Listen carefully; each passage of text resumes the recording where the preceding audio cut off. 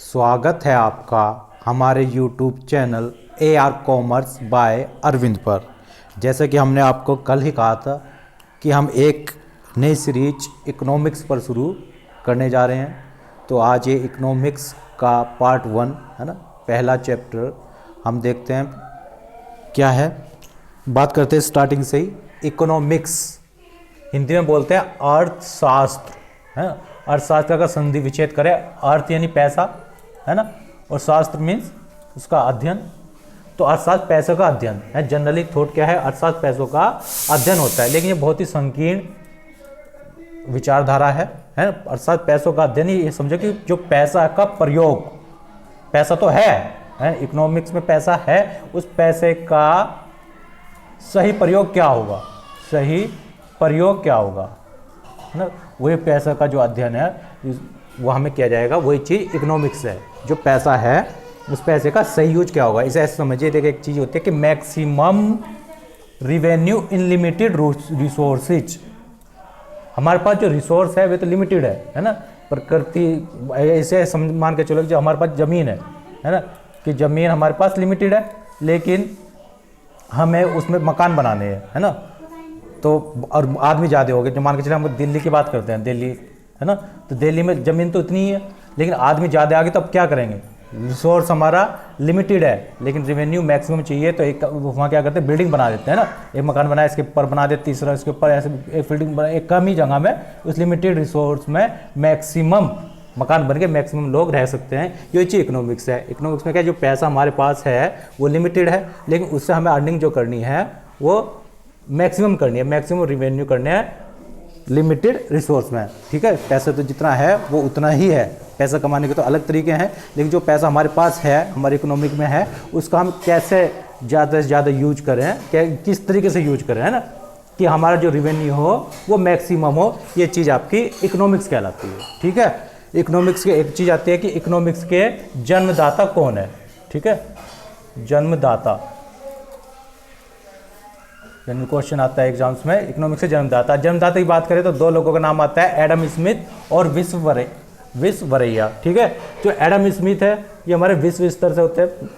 विश्व स्तर पर जो जनक है एडम स्मिथ को माना जाता है इकोनॉमिक्स का जन्मदाता। लेकिन अगर भारतीय परिप्रेक्ष्य में बात करें तो भारतीय परिप्रेक्ष्य में विश्ववरैया को अर्थशास्त्र का जनक माना जाता है। इसे नोट करेंगे, ठीक है, ध्यान रखेंगे। अर्थशास्त्र के जनक एडम स्मिथ विश्व स्तर पर और विश्ववरैया भारतीय स्तर पर। अब हम बात करते हैं इकोनॉमिक्स अर्थशास्त्र होते कितने प्रकार की है। तो इकोनॉमिक्स हमें दो प्रकार की होती है, एक व्यष्टि अर्थशास्त्र माइक्रो इकोनॉमिक्स, एक समष्टि अर्थशास्त्र यानी मैक्रो इकोनॉमिक्स। ये होती क्या है, देखो माइक्रो मीन छोटा, मैक्रो मीन संपूर्ण। ठीक है, तो व्यष्टि यानी माइक्रो में क्या करते हैं, किसी विशेष फर्म है, किसी विशेष परिवार, किसी विशेष कंपनी का अध्ययन करेंगे। ठीक है, पूरी होल इकोनॉमी का हो, पूरे देश का ना हो के किसी एक पर्टिकुलर चीज़ का जब अध्ययन करते हैं है ना, उनके हम डिमांड सप्लाई वगैरह देखते हैं, ये प्राइस का अध्ययन करते हैं, सिर्फ किसी विशेष फर्म का, किसी विशेष परिवार का, किसी विशेष कंपनी का करेंगे, तो वो चीज़ हमारी कहलाती है माइक्रो इकोनॉमिक्स। ठीक है जी। लेकिन जब हम पूरे देश की बात करते हैं, पूरे देश में मांग और पूर्ति का अध्ययन करना हो, कीमतों का अध्ययन करना हो, तो वहाँ जो इकोनॉमिक्स आती है वो समष्टि अर्थशास्त्र आती है। ठीक है, तो जो व्यष्टि है माइक्रो है वो मैक्रो का ही एक पार्ट होता है। ठीक है, जैसे हम बात करते हैं बिजनेस इकोनॉमिक्स, जनरली हम कॉमर्स में जो यूज करते हैं बिजनेस इकोनॉमिक्स का एक पार्ट यूज करते हैं, सिर्फ बिजनेस इकोनॉमिक्स है ना, बिजनेस से संबंधित जो होगी। तो एक माइक्रो इकोनॉमिक्स आ गई, और समष्टि अर्थशास्त्र में तो पूरे देश में है ना, हर चीज़ आएंगी इसमें। जैसे हमारी एक चीज़ होती है जीएसटी है ना, जीएसटी किसी एक फर्म का, एक परिवार का, एक कंपनी तक सीमित नहीं होगी, पूरे देश में लागू होता है। तो जीएसटी अगर पढ़ेंगे तो वो कहीं का उदाहरण है मैक्रो इकोनॉमिक्स का अध्ययन है। ठीक है, तो ये तो बात हुई इकोनॉमिक्स के प्रकार की। लेकिन जब हम बात करते हैं इकोनॉमिक्स में मैंने अभी बताया कि maximum revenue in limited resources देखना होता है। हमें रिवेन्यू चाहिए, इन पैसा चाहिए, ज़्यादा इनकम चाहिए, लेकिन रिसोर्स हमारे पास लिमिटेड ही है। लेकिन जो रिसोर्स हैं इनकम के, वे है क्या, इन्हें देखते हैं पहले है ना। हमारा जो इनकम रिसोर्स है, इनकी पैसा कहाँ से आता है। ठीक है, किस किस क्षेत्र में कहाँ पैसा है, यानी किस सेक्टर में, सेक्टर को क्षेत्र भी बोलते हैं, किस सेक्टर में कहाँ कितना पैसा है, उस चीज़ की हम बात करते हैं। तो इस सेक्टर के हिसाब से ना 3 भाग में हम बांट सकते हैं, स्वभाव के आधार पर ना, जो हम सेक्टर देखते हैं इनकम के सेक्टर, इनकम रिसोर्स जो है स्वभाव के आधार पर देखते हैं, दूसरा शर्त के आधार पर और तीसरा स्वामित्व के आधार पर, है ना। जो सेक्टर हुए ये 3 कैटेगरी में हम उन्हें बांट सकते हैं सेक्टरों को, स्वभाव के आधार पर, on the basis of nature, on the basis of terms, on the basis of ownership. ठीक है जी। तो हम सबसे पहले बात करते हैं स्वभाव के आधार पर, है ना। स्वभाव के आधार पर जो सेक्टर होते हैं इनकम रिसोर्सेज के, वे 3 सेक्टर होंगे, प्राइमरी सेक्टर, सेकेंडरी सेक्टर और टर्सरी सेक्टर। ठीक है जी।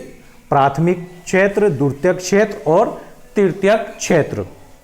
अब ये क्या होता है, प्राथमिक क्षेत्र में कौन आएगा, द्वितीयक में क्या आएगा, तृतीयक में क्या आएगा, ठीक है, इन्हें बात करते हैं। देखो जो प्राइमरी क्षेत्र होता है, नाम से पता चला प्राइमरी, बिल्कुल मेन बेस जो होता है, ये इनके प्राइमरी में आते हैं प्रकृति प्रदत्त, प्रकृति जो नेचर होती है, ठीक है, प्रकृति से जो चीज मिलती है ना, वे बिजनेस, वे उद्योग, वे क्षेत्र इनकम के जो डायरेक्ट नेचर से जुड़े हुए हैं, ध्यान देंगे डायरेक्ट नेचर से जुड़े हुए हैं, जैसे कि कृषि, है ना। इसमें देखो कृषि से संबंधित कोई भी ऐसे समझ सकते हैं 3 चीज इसमें प्रकृति वाले में, कि भूगर्भ से निकलती है कोई चीज, भूगर्भ से, वन से और समुद्र तल से, ये सब चीज नेचर है। तो भूगर्भ से हो, वन से हो या समुद्र तल से हो, ये प्रकृति प्रदत्त होती है। कृषि हुआ, हम जो कृषि करते हैं, गेहूं बोना, चावल, कपास, किसी भी चीज़ का उत्पादन कर रहे हैं, ये भी एक हमारे इनकम का रिसोर्स है, एक बिजनेस का, एक उद्योग, समझिए कि एक इंडस्ट्री है। ठीक है, एग्रीकल्चर एक पूरी एक इंडस्ट्री होगी अपने आप में। तो कौन सी होगी, प्राइमरी सेक्टर में ना, यहाँ से भी इनकम होगी। दूसरा पशुपालन, पशुओं को पालते हैं, ठीक है, वो भी एक जो हमारा सेक्टर है, एक इंडस्ट्री है। ये आएगी मत्स्य पालन, मछली पालन कर रहे हैं, खनन कर रहे हैं, खनन भूमि तल से कोयला निकाल रहे हैं, सोना निकाल रहे हैं, है ना। और लोह ऐस, ठीक है, गेहूँ कृषि का एक पार्ट है, अलग से लिखने की जरूरत नहीं थी। ठीक, ये सब का आएगी आपके प्राइमरी सेक्टर में। ठीक है, क्लियर जी। अब बात करते हैं द्वितीयक सेक्टर की। द्वितीयक सेक्टर यानी सेकेंडरी सेक्टर, तो निर्माण और पुनर्निर्माण, ठीक है, ये इसमें आएंगे। अब हम देखो प्राइमरी सेक्टर के बाद अगला नाम से पता चला है वो प्राइमरी, तो इसके बाद ही आएगा द्वितीयक सेक्टर। तो प्राइमरी सेक्टर में क्या होगा, जो चीज़ हमने प्राइमरी में की, जैसे कृषि की है, कृषि से हमने क्या कहा, गेहूँ बनाया, कृषि से गेहूँ निकला, ठीक है, गेहूँ मार्केट में गया। अब गेहूँ क्या करा, गेहूँ डायरेक्ट यूज में तो नहीं आएगा, अब गेहूँ चक्की में जाएगा, चक्की में पिसा, जो चक्की जो लगी है वो भी तो इनकम आ रही है, वहाँ से भी तो इनकम आ रही है चक्की वाले को भी। तो कौन सा सेक्टर हुआ, गेहूं से जो आटा बना रहे हैं वो सेकेंडरी सेक्टर हुआ। ऐसे हम कपास का उत्पादन कर लिया कृषि के अंतर्गत, ठीक है, कपास मार्केट में बिका, प्राइमरी सेक्टर। लेकिन अब कपास से क्या बन रहा है, कपड़ा बन रहा है, ठीक है, तो कपड़ा कौन सा हुआ, दूसरा सेक्टर। इसमें फैक्ट्री लगी होंगे, दूसरे सेक्टर में क्या होगा, जनरली फैक्ट्री का काम होगा, कारखाने का काम होगा। फिर लोहा से निकाले, तो लोहा सरिया वगैरह हम जो बना रहे हैं, वो जितनी भी फैक्ट्री वगैरह लगी हुई हैं वे सब द्वितीयक सेक्टर में आएंगी। और उसमें प्रकृति का हाथ था, इसमें हाथ होगा व्यक्ति का। मेन फैक्टर क्या होता है, व्यक्ति, इसमें प्रकृति होता है, इसमें व्यक्ति मेन चीज होता है। जो भी प्राइमरी सेक्टर से जो चीज़ है वो प्राइमरी सेक्टर के बाद कहाँ जाएगी, सेकेंडरी सेक्टर में जाएगी अगली प्रक्रिया के लिए। ठीक है जी, आई होप समझ में आया होगा। अब तीसरा सेक्टर की बात करते हैं, तृतीयक सेक्टर या टर्सरी सेक्टर इस चीज़ को बोलते हैं। ये होता है सेवा क्षेत्र से, है ना, ये किसी चीज़ का ना तो उत्पादन करता ना ही निर्माण करता। प्राथमिक सेक्टर में क्या हो रहा है, किस चीज़ का उत्पादन हो रहा है, ठीक है, कृषि से, पशुपालन से, और इसमें निर्माण हो रहा है, निर्माण और पुनर्निर्माण भी होता है। ये तो निर्माण हो रहा है, ये उसी चीज़ को फिर दोबारा से बना रहे हैं पहले से। पुनर्निर्माण दूसरे सेक्टर में होगा। और तीसरे सेक्टर में क्या होगा, ये सेवा क्षेत्र होता है। यहाँ कोई उत्पादन नहीं होगा, कोई निर्माण नहीं होगा, बल्कि क्या होगी, सहायता, प्राथमिक और द्वितीयक की मदद होगी। मदद यानी हेल्प, किसकी, प्राइमरी की और सेकेंडरी की, दोनों की मदद के लिए किए जाते हैं। दोनों की ये कहते हैं सेवा क्षेत्र होता है, उनकी सेवा के लिए। जैसे कि देखो जो गेहूं है प्राथमिक सेक्टर में आया, ठीक है, तो गेहूं से और हमें बनाना है बिस्कुट। बिस्कुट किस चीज़ में आएगा, बिस्कुट का निर्माण होगा तो द्वितीयक सेक्टर में आएगा। गेहूं प्राथमिक सेक्टर में है और गेहूं से जब हम बिस्कुट बना रहे हैं वो आपका द्वितीयक सेक्टर में है। लेकिन गेहूं बनता है खेत में, गांव में बना, क्या बिस्कुट भी वहीं बन जाएंगे, है ना, बिस्कुट कहीं शहर में फैक्ट्री लगी होगी उसकी, तो गेहूं को पहले वहाँ से वहाँ तक ले जाना पड़ेगा, है ना। गेहूँ से पहले आटा बनेगा, आटे से भी बिस्कुट बनेगा, वहाँ से वहाँ जाएगा। तो जाने के लिए एक चीज़ चाहिए कि परिवहन, ट्रांसपोर्ट की जरूरत पड़ेगी नहीं। अगर ट्रांसपोर्ट ना हो तो गेहूँ तो खेत में ही पड़ा रहेगा, एक जगह से दूसरी जगह जाएगा ही नहीं, ठीक है। और फैक्ट्री वाले के पास भी नहीं आएगा, तो परिवहन की जरूरत पड़ेगी, ट्रांसपोर्ट। तो ट्रांसपोर्ट क्या है जी? तृतीयक सेक्टर, ठीक है जी। सही में आ रहा है? तृतीयक सेक्टर को ऐसा समझिए थोड़ा सा, देखो एक एग्जाम्पल से, रोचक एग्जाम्पल से समझते हैं हम कि ट्रांसपोर्ट में एक ड्राइवर है ना, ट्रांसपोर्ट गाड़ी चला रहा है, तो ड्राइवर इनकम का सोर्स है, ड्राइवर को इनकम हो रही है, तो किस क्षेत्र में हो रही है? तृतीयक क्षेत्र में। न तो किसी चीज़ का निर्माण कर रहा है ना, पुनर्निर्माण, ना किसी चीज़ का उत्पादन कर रहा है, बल्कि क्या कर रहा है? सेवाएं प्रदान कर रही है। आज व्यक्तियों को एक जगह से दूसरी जगह ले जा रहा है, माल को एक जगह से दूसरी जगह ले जा रहा है, ठीक है। तो ये जो ड्राइवर होगा तृतीयक क्षेत्र का होगा। अब इस ड्राइवर ने, चलो ड्राइवर कहीं से गेहूँ लेकर चल दिया या कुछ भी माल लेकर चल दिया या व्यक्ति को लेकर चल दिया, अब इससे हो गया एक्सीडेंट, ठीक है। क्या हो गया? एक्सीडेंट। अब इससे एक्सीडेंट हो गया तो आई पुलिस कौन से सेक्टर में हुई? पुलिस मदद करने के लिए आई, है ना, कि इसका एक्सीडेंट हुआ, क्या हुआ, तो बड़ा किसी चोट लगी, तो पुलिस भी कौन से सेक्टर में हुई? तृतीयक सेक्टर। ड्राइवर, ठीक है। अब क्योंकि चोट लग गई, ड्राइवर के लग गई और किसी लग गई, तो उन्हें ले जाना पड़ेगा जो हॉस्पिटल में। अब हॉस्पिटल कौन सा सेक्टर? ओबियसली तृतीयक सेक्टर है, सेवाएं प्रदान करेगा, सेवा प्रदान करता है, उनके लिए विशिष्ट योग्यता की जरूरत होती है।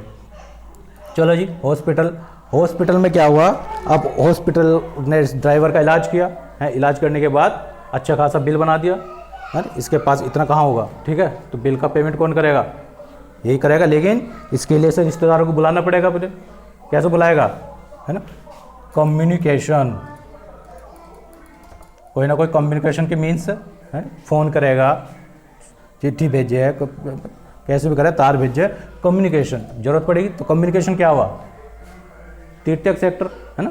आजकल मोबाइल इंडस्ट्री कम्युनिकेशन का बेस्ट तरीका है, सारे वहाँ से अच्छा खासा पैसा आ रहा है, तो कम्युनिकेशन हो गया, ठीक है जी। और चलो जी, रिश्तेदार आ गए, रिश्तेदार से बात हुई, रिश्तेदार कहाँ जाएगा? पैसे लेके, है ना, बैंक जाएगा, एटीएम से निकाल ले, बैंक से निकाल ले, वो एक ही बात है, कोई से करे। तो अब क्या गया? बैंक। तो बैंक के कौन सा सेक्टर हुआ? ओबियसली बैंक कोई चीज़ बना रही है ना, कोई चीज़ निर्माण करे, सेवाएं प्रदान कर रही है ना। नोट तो बने बनाए जा रहे हैं। तो कब बात करें नोट की, जो पैसा होता है, पैसा क्या का बनेगा? कागज़ का बनता है। तो कागज़ तो प्राथमिक से, कागज़ कहाँ का बनेगा, और कागज़ कहाँ से बनेगा? लकड़ी से। तो लकड़ी कहाँ से आएगी? प्राथमिक सेक्टर से, है ना।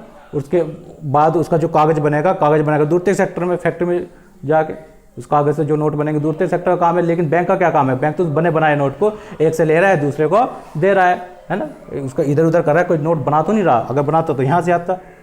तो ये बैंक भी क्या हुआ? आपका तृतीयक सेक्टर हो गया। चलो जी, अब जो अब तक जितने भी है, कोई बैंक में लगा हुआ है, कोई कम्युनिकेशन में लगा हुआ है, कोई हॉस्पिटल में है, पुलिस में है या ड्राइवर है ना, सब के सब के लिए क्या जरूरत है? कई चीज़ से आएंगे, एजुकेशन से। एजुकेशन के बिना सब बेकार। तो जो एजुकेशन है, स्कूल कॉलेज है, वो कौन सा सेक्टर हुआ? ओबियसली तृतीयक सेक्टर हुआ, ठीक है। इसके अलावा अब कोई एजुकेशन करके है, नौकरी लग गई, सर्विस कौन सा सेक्टर है? तृतीयक सेक्टर है। कोई प्राइवेट नौकरी कर रहा हो, सरकारी नौकरी कर रहा हो, नौकरी कोई सी भी कर रहा हो, कौन सा सेक्टर हुआ? आपका तृतीयक सेक्टर। अब कोई नौकरी नहीं कर रहा तो क्या कर रहा होगा? बिजनेस कर रहा होगा। तो बिजनेस कौन सा सेक्टर है ना? बिजनेस दुकान पे बैठे हैं, है ना, सब्जी को कपड़ा बेच रहे हैं, कुछ भी चीज़ अपने बेच रहे हैं, तो कौन सा सेक्टर है ना। एक तो है कि खुद खेत में बना रहा है किसान, खेत उगा रहा, वो तो प्राइमरी सेक्टर हुआ। और उसके बाद फिर वो मंडी में जहाँ ले गया, मंडी में अगर बिक्री हुआ है, वो डायरेक्ट बेच रहे हैं, उसका कुछ बना के बेच रहे हैं, जैसे कि आटे बिस्कुट बना के बेच रहे हैं, तो द्वितीयक सेक्टर हो गया। लेकिन अगर रेडीमेड जैसे किसान से लिया ऐसे ही बेच रहे हैं, चीज़ मिला के सब्जी बेच रहे हो या कुछ भी बनी बनाई, या बिस्कुट ही बेच रहे हैं, तो बिस्कुट तो यहाँ बन गया, और बिस्कुट बिकेगा भी तो, है ना, बिजनेस में बिकेगा, शॉप दुकान पर कोई भी दुकान है, कौन सी चीज़ हुई? तृतीयक सेक्टर। जब से कोई निर्माण नहीं करेंगे, सेवा प्रदान करेंगे, किसी जो है ना, बिस्कुट की जरूरत है बिस्कुट दे दिया, जिस चीज़ की जरूरत है वो चीज़ उसे प्रदान कर दी। तो बिजनेस हुआ, शॉप हुआ, सब कौन से सेक्टर आ गए? तृतीयक सेक्टर, है ना। उम्मीद है कि समझ में आ गया आपको प्राथमिक सेक्टर क्या होता है, द्वितीयक सेक्टर क्या होता है और तृतीयक सेक्टर क्या होता है। प्राथमिक सेक्टर में सिर्फ प्रकृति प्रदत्त है ना, प्रकृति में 3 चीज़ बताए, याद रखें, भूगर्भ, वन और समुद्र तल से, है ना, डायरेक्ट नेचर से जो चीज़ निकल के आएंगी वे प्राथमिक सेक्टर में होंगी। और प्राथमिक सेक्टर के बाद कहाँ जाएंगी, द्वितीयक सेक्टर में जाती है जनरली। हालांकि प्राथमिक से डायरेक्ट तृतीयक में भी आ सकती है, दूसरी जरूरत ना पड़े, है ना, किसान सब्जी लाया डायरेक्ट सीधा बेच दे, और नहीं तो उसका कुछ चीज़ निर्माण करके, है ना, कुछ चीज़ से वहाँ या तो जो रॉ मटेरियल है उसका कुछ से उसे निर्माण और पुनर्निर्माण करें, फैक्ट कारखाने लगे हैं और कारखाने से फिर तृतीयक क्षेत्र में चीज़ें जाके बिकती हैं। ठीक है जी। और जरूरी है कि डायरेक्ट एजेंसी है, हम डायरेक्ट सेवा क्षेत्र में भी आ सकते हैं, ड्राइवर, पुलिस, तृतीयक क्षेत्र में कोई ड्राइवर हुआ, पुलिस हुआ, हॉस्पिटल हुआ, communication, banking, education, service, business, सब सारे ये क्या है, तृतीयक सेक्टर है। तो अभी इनकम का जो सेक्टर हुए स्वभाव के आधार पर तीनों सेक्टर हुए, इनसे बहुत क्वेश्चन आते हैं कि ये इनकम किस सेक्टर की है। ठीक है जी। उसके बाद हम बात करते हैं शर्त के आधार पर। शर्त के आधार पर जो हमारा इनकम के सेक्टर होते हैं वो कौन से होते हैं, तो संगठित और असंगठित, 2 तरह का इनकम रिसोर्सेज आएंगे, 2 तरह के क्षेत्र से आएंगे। संगठित क्षेत्र होगा और एक असंगठित क्षेत्र होगा। तो संगठित क्षेत्र किसे कहते हैं, इसे समझते हैं। संगठित क्षेत्र का मतलब ऐसा क्षेत्र जहाँ पर ये 3 चीज़ होंगी, समय, वेतन और अवकाश, है। समय का नियम होगा, बिल्कुल समय से आना होगा, समय से जाना होगा, है। सैलरी, वेतन फिक्स होगा और अवकाश भी फिक्स होंगे, है ना, इतने अवकाश ले सकते हैं, इतने अवकाश नहीं ले सकते हैं। ठीक है, ये सब चीज़ अगर फिक्स है। और साथ साथ एक चौथा चीज़ और, नियम और शर्तें, है ना। संगठित क्षेत्र में कुछ rules and regulatory and condition होती हैं। ठीक है, सेवा की शर्तें होंगी। अगर ये चारों चीज़ हैं, 3 चीज़ें फिक्स है और चौथी नियम और शर्तें हैं, तो वो क्षेत्र कहलाता है संगठित क्षेत्र, है ना। कोई भी ऐसा बिजनेस, कोई भी ऐसा काम, कोई भी ऐसा व्यापार जहाँ समय, वेतन और अवकाश के नियम फिक्स हैं और नियम और शर्तें हैं, है ना, सर्विस के कुछ नियम और शर्तें हैं, वो क्या कहलाएगा, संगठित क्षेत्र। सबसे बड़ा संगठित क्षेत्र होता है रेलवे, याद रखें, बहुत बार क्वेश्चन आता है, सबसे बड़ा संगठित क्षेत्र रेलवे में, है ना। सब चीज़ सिस्टमेटिकली होती है। वो बात अलग है कि ट्रेन इतने घंटे लेट हो गई, लेकिन सबका टाइम फिक्स होता है। ठीक है। तो जो रेलवे होता है वो संगठित क्षेत्र का सबसे बड़ा उद्यम होता है, सबसे बड़ा क्षेत्र होता है रेलवे। अब इस असंगठित, इसका उल्टा हो गया, जहाँ समय, वेतन फिक्स नहीं होंगे, समय, वेतन, अवकाश फिक्स नहीं होंगे, नॉट फिक्स, और नियम शर्तें नहीं होंगे, वो असंगठित क्षेत्र होगा, है ना। दुकानदार है, उसकी मर्जी है, 9 बजे खोल रहे दुकान, 10 बजे खोल रहे, ना खोल रहे, आज बंद कर दी, आज घर काम से जा रहा है, कुछ विशेष बात नहीं है। अगर वो सब नियम कायदे फॉलो करता है तो संगठित हो गया। ठीक है। और नहीं तो ऐसे किसी ने कोई भी अपना काम कर रहा है, ठीक है, तो वो असंगठित क्षेत्र में आ जाएगा। तो समझे कि जहाँ ये चीज़ें फॉलो नहीं हो रही वो चीज़ असंगठित होगा। अब बात आती है कि असंगठित क्षेत्र का सबसे बड़ा उद्योग, याद रखें, कपड़ा उद्योग। कपड़ा उद्योग सबसे बड़ा उद्योग होता है असंगठित क्षेत्र का। ठीक है जी। तो देखते हैं, कपड़ा सबसे ज़्यादा बिकता है, ठीक है, लेकिन कपड़े के उद्योग में कोई ऐसे रूल्स एंड रेगुलेशंस नहीं होते, तो असंगठित क्षेत्र में कपड़ा उद्योग सबसे ज़्यादा यूज होता है। ये तो शर्तों के आधार पर, नेचर के आधार पर हमने देखा प्राथमिक, द्वितीयक और तृतीयक 3 तरह के सेक्टर हुए। शर्त के आधार पर संगठित, असंगठित आप समझ गए हैं। और तीसरा सबसे आसान, स्वामित्व के आधार पर, है ना। स्वामित्व यानी इस बिजनेस का मालिक कौन है, तो मालिक 2 होंगे, ये तो सरकार होगी, है, या कोई प्राइवेट आदमी होगा। सरकार में एक सार्वजनिक, है, पब्लिक सेक्टर और एक निजी सेक्टर, है। पब्लिक सेक्टर से काम आ रहा है, इसमें सरकार की भागीदारी है, वहाँ से आ रहा है, या निजी से में आ रहा है, ये तो समझना सबसे आसान है। इसी के साथ आज का ये पाठ खत्म करते हैं। ठीक है जी। उम्मीद है आपको समझ में आया होगा। ठीक है, कमेंट के थ्रू रिएक्शन जरूर दिया कीजिए। ठीक है जी। और लाइक, शेयर, सब्सक्राइब जरूर कीजिए चैनल को, ताकि अगला पार्ट हम बढ़ा सकें। ठीक है। और इसमें जो भी कमियां हैं या खूबियां हैं उसे बताएं। फिलहाल ये इकोनॉमिक्स की हमने जो कड़ी स्टार्ट की है वो पहली कड़ी है।